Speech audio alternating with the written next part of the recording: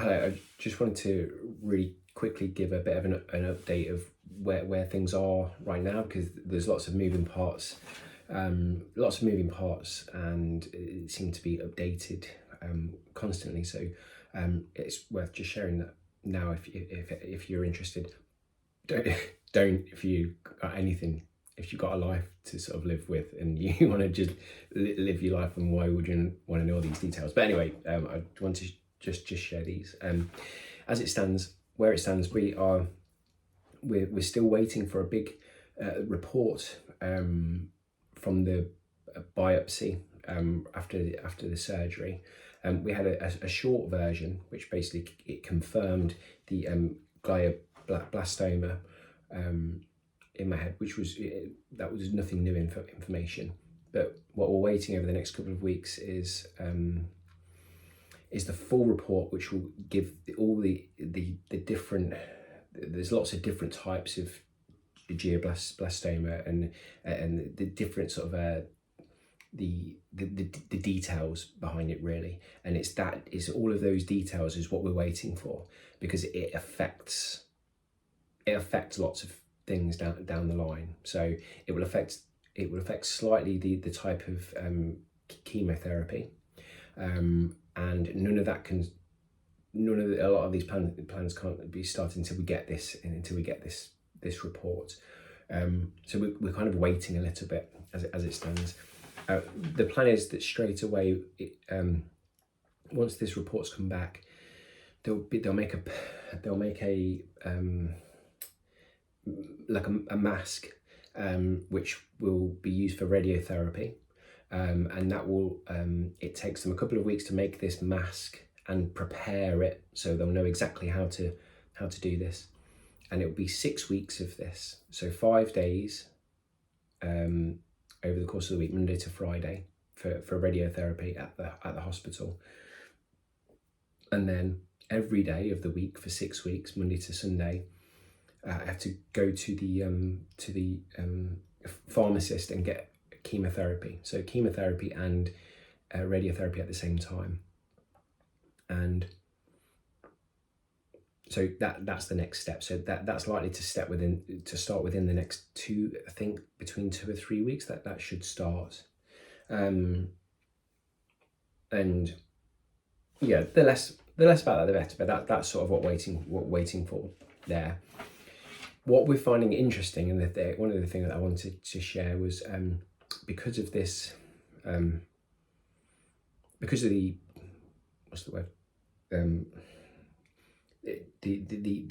the option that we've got in terms of this incredible amount of money that's raised for this, means it's giving, like I said in the video, like the options for us. And what we're learning, the more we look at things, there's like 1,000 moving parts within moving parts of the different potential options for us. And what we're told is this full report. It's so important that we get this detail, the details of this, and we can share it with lots of very clever people who are offering lots of help, who will say the best way to look at options that you can look at beyond radiotherapy and chemotherapy, obviously, like the CD-Vax as being one of the ones that towards the front. What we're shown is it's not always one brilliant perfect idea that's better than the others, and that some show better than others. So CD-Vax is one of the most important ones in terms of this immunotherapy. But what we're also learning is for some versions of this, it might not necessarily be the brightest one for that particular version that I've got, or it might be a perfect one. So what we're being advised by a number of different people is to get this detail first, and then to look at these other options. As we're learning, there's various different very clever people at work and pushing some very, very clever ideas and incredible ideas with some real positive results, which might be useful after having a look at this report. So we're sort of waiting. There's a lot of waiting really of doing that, but we're very busily, very busily here doing lots of research, and we're being sent really brilliant by so many people, things, articles they've read, or videos they've watched, or all kinds of information, as well as being put in touch with people who are a bit further down the line than where I am, and the things that they've done that have been useful and that have been helpful for them. So we're learning lots of information every single day. So I wanted to just share that first of all. That's one of the biggest things. You may hear my voice is getting a bit better.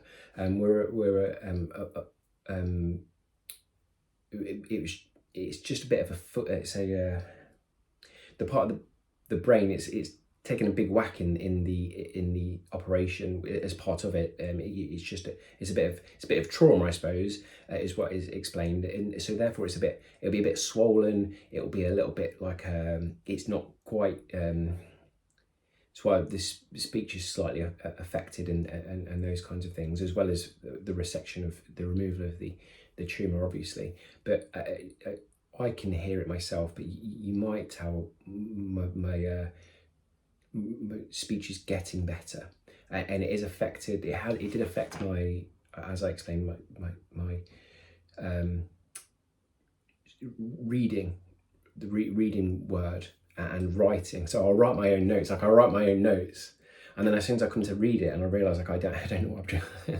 I don't know where that's gone. I don't know what that means. So I keep writing things down and holding a pen, and then it's sort of pointless because I don't really remember what I've written here. So a lot of that's why it seems a bit. It doesn't seem like I'm sounding particularly clear, but that's what I'm trying to be. Anyway, so there were those things. They said to try and we're being pushed by the oncologist to try and push to the local the doctor's surgery to see if they can push around to get me a like sort of physio, but what would physio be for words, basically, to do some practice with. So I'm trying to push for that. But then there's other research that we're looking to help in any way. So we're looking very carefully at like a keto diet. We've looked at quite a few things from that. So any help, any as in ideas that you know works really well for you. Maybe if it's something you do, feel free to. I'd be here happy to hear anything like that. What else? We're looking at a number of different things. We were trying to find anything, little things like that might be helpful. Overall, I suppose where I wanted to come round, even though this is like a hot mess now, I'm not too sure I've explained things particularly clear,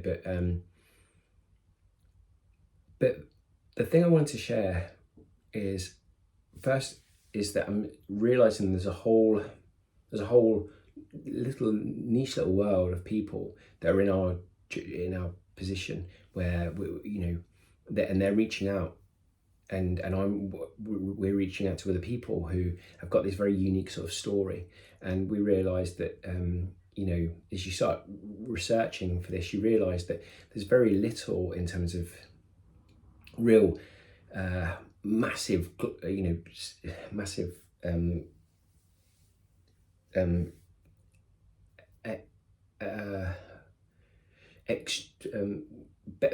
the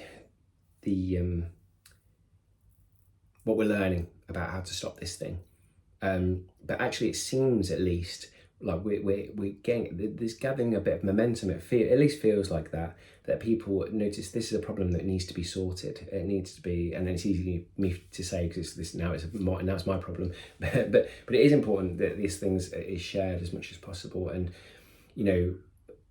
because for people like me, and obviously affected my family and this whole community in this sort of way, it's our problem. It's not my problem. It's everybody's problem, along with everybody else's. I wish you just realise you wish you could just help everybody, but But it is interesting to try to share information as much as possible, and this in and of itself is helping people. So everything you're doing in order to do this is by proxy and passing, sharing this to a bigger set of people, and I'm willing to try and do everything I can to try and to make that clearer for everybody. And I want to just end on what I was going to say, and it's that idea of this stoicism idea that again I hold really very close at heart, and it really helps. And there's lots of different things, but the biggest thing that I'd say to anybody, especially in this situation where it just it might be, if you were to look at it, it looks just nothing but hopeless. It just looks hopeless. Well, what's the point? You might as well just give up. There's nothing you can do, and it's a backwards way of looking at things, because the idea is within Stoicism is the idea that you give your power. It is to the fact that you're not things happen externally that you've got no option, no power over and control over. So the situation that you're in, or anything, an external idea is beyond your control. There's nothing you can do, and it's very easy just to give up to those things and say, I've got no, you just allow these things just to happen to you because you've got no control over those things. Whereas it would be pushed as the idea is, you have control over your own opinion of how to react to things. So even you're showing you can't do this, these 25 different things. There's nothing you can do with those things, but you can still make decisions, positive decisions, and take control, wrestle control back over what looks like a hopeless situation, and forget the things there's nothing you can do about those. Okay, well, what can we continue to do? If that means research for things, brilliant. If that means go out for a lovely walk, going on a lovely walk, I've got control over these things. I've got control to not allow to be